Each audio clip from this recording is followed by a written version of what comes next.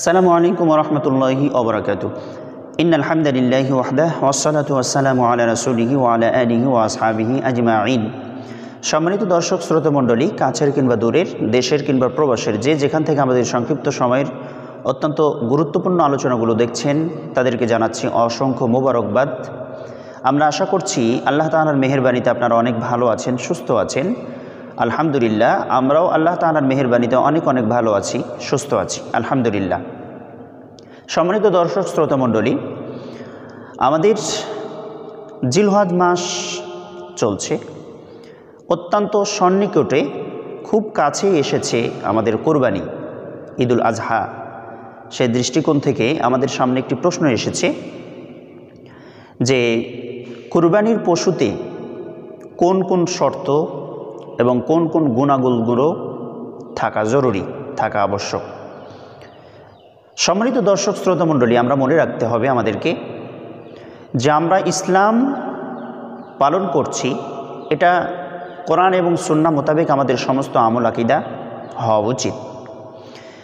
আল্লাহ তাআলা কোরআনুল কারিমে কীভাবে বলেছেন, রাসূল করিম সাল্লাল্লাহু আলাইহি ওয়াসাল্লাম কীভাবে করতে বলেছেন, কীভাবে করেছেন, সেই দৃষ্টিকোণ থেকে আমাদেরকে পালন করতে হবে।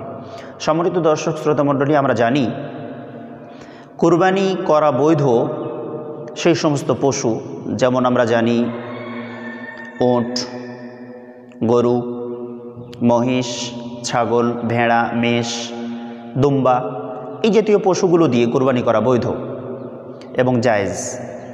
এর বাইরে হরিণ কিংবা জংলি পশু, এগুলো দিয়ে কিন্তু কুরবানি করা জায়েজ হবে না আমাদের জন্য।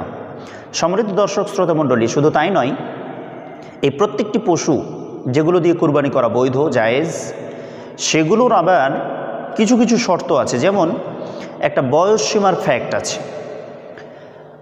উটের ক্ষেত্রে সাধারণত বয়স সীমা হতে হবে 5 বছর, গরুর ক্ষেত্রে 2 বছর, ছাগল, ভেড়া, দুম্বা এগুলো 1 বছর পেরিয়ে দ্বিতীয় বছরে পদার্পণ করলেই সেগুলো কুরবানির জন্য জায়েজ। অর্থাৎ দ্বিতীয় বছরে পদার্পণ করেছেন খাসি, ভেড়া, দুম্বা, এবং 2 বছর পূর্ণ করেছেন গরু, এবং 5 বছর বয়স সীমায় যারা পৌঁছেছে উট, তাদেরকে এই ধরনের পশুগুলো কুরবানি করা বৈধ এবং জায়েজ। সম্মানিত দর্শক শ্রোতা মণ্ডলী, শুধু তাই নয়, যেইভাবে কুরবানির পশুতে বয়স সীমা পৌঁছানো শর্ত, ঠিক সেইভাবে আরও কিছু গুণাগুণ থাকা শর্ত। তার একটি হচ্ছে, একটি পশু স্পষ্টভাবে সমস্ত বালা মুসিবত থেকে, রোগ বালাই থেকে নিরাপদ থাকতে হবে।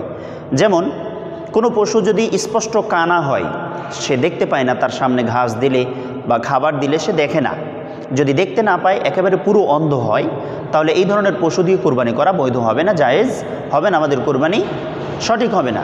সম্মানিত দর্শক শ্রোতা মণ্ডলী, শুধু তাই নয়, রাসূল করিম সাল্লাল্লাহু আলাইহি ওয়াসাল্লাম বলেছেন, যদি কোনো পশুতে তার অসুস্থতা হয়, অসুস্থতার মাত্রা এত বেশি হয় যে একেবারে অসুস্থ, সে লড়তে চড়তে পারছে না, নড়াচড়া করতে পারছেন না, তাহলে সেই ধরনের পশু দিয়ে কিন্তু কুরবানি করা জায়েজ নয়। রাসূল সাল্লাল্লাহু আলাইহি ওয়াসাল্লাম বলেছেন, কোনো পশু যদি এতটা দুর্বল হয় যে কিনা কুরবানির জায়গা পর্যন্ত হেঁটে যেতে পারছেন না, এত দুর্বল, তাহলে সেই ধরনের পশু দিয়ে কুরবানি করা আমাদের জন্য জায়েজ হবে না। সম্মানিত দর্শক শ্রোতা মণ্ডলী, এরপরে রাসূল করিম সাল্লাল্লাহু আলাইহি ওয়াসাল্লাম বলেছেন, যদি কোনো পশু খোড়া হয়, ল্যাংড়া হয়, একটা পা ভাঙা, যে চলাফেরা করতে পারছেন না, তাহলে এই ধরনের খোড়া পশু দিয়েও আমাদের কুরবানি করা বৈধ হবে না। এরপরে রাসূল করিম সাল্লাল্লাহু আলাইহি ওয়াসাল্লাম বলেছেন, কোনো পশুর যদি শিং ভাঙা থাকে, গরু হোক, খাসি হোক, যদি শিং ভাঙা থাকে, তাহলে কুরবানি করা হবে না, বৈধ হবে না। তবে শিং ভাঙার মাত্রা যদি অল্প কিছু হয়, একটু ভেঙেছে, তাহলে সেক্ষেত্রে কুরবানি হয়ে যাবে, শুদ্ধ হয়ে যাবে। তবে শিং ভাঙার পরিমাপটা যদি বেশি হয়, অধিকাংশটাই ভেঙে যায় বা 3 ভাগের 2 ভাগে ভেঙে যায়, তাহলে সেই ক্ষেত্রে সেই পশু দিয়ে কুরবানি করা বৈধ হবে না। সম্মানিত দর্শক শ্রোতা মণ্ডলী, একটি স্বাভাবিক সুস্থ মস্তিষ্কের এবং সুস্থ বিভিন্ন রোগবালাই থেকে মুক্ত হৃষ্টপুষ্ট যতটা সুন্দর যতটা সম্ভব ভালো পশু দিয়ে আমরা আল্লাহ তাআলার কাছে পেশ করব। কারণ যতটা ভালো পশু আপনি আল্লাহ তাআলার নিকটে পেশ করবেন, আল্লাহ রাব্বুল আলামিন আপনার কোরবানিটা ততটাই উত্তম আল্লাহ রাব্বুল আলামিনের নিকটে।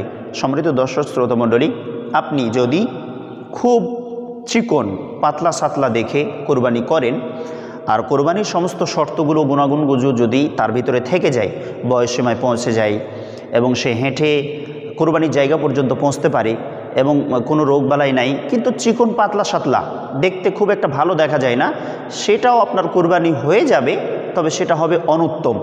এর থেকে উত্তম হবে আপনি হৃষ্টপুষ্ট দেখে ভালো দেখে আপনি কোরবানি করবেন, যেহেতু আপনি আল্লাহ তাআলাকে সন্তুষ্টির জন্য করছেন। লা ইয়ানালুল্লাহু লুহুমুহা ওয়ালা দিমাউহা ওয়ালাকিন ইয়ানালুহু তাকওয়া মিনকুম। আল্লাহ তাআলার নিকটে আপনার কোরবানির রক্ত মাংস পশুর কিছুই পৌঁছবে না, পৌঁছবে আপনার অন্তর। যেহেতু আপনার অন্তর পৌঁছবে, সেহেতু আপনার অন্তরের নিয়তটা যেন পরিশুদ্ধ হয়, ভালো হয়, আপনার পশুটা যেন ভালো হয়। আল্লাহ রাব্বুল আলামিন আমাদেরকে কোরবানি করার সময় পশুর এই ধরনের গুণাগুণগুলো দেখে, শর্তগুলো দেখে সঠিক মতো যাচাই বাছাই করে যেন আমরা কোরবানি করতে পারি। আল্লাহ তাআলা আমাদের সকলের কোরবানিকে কবুল করুক, আল্লাহুম্মা আমিন।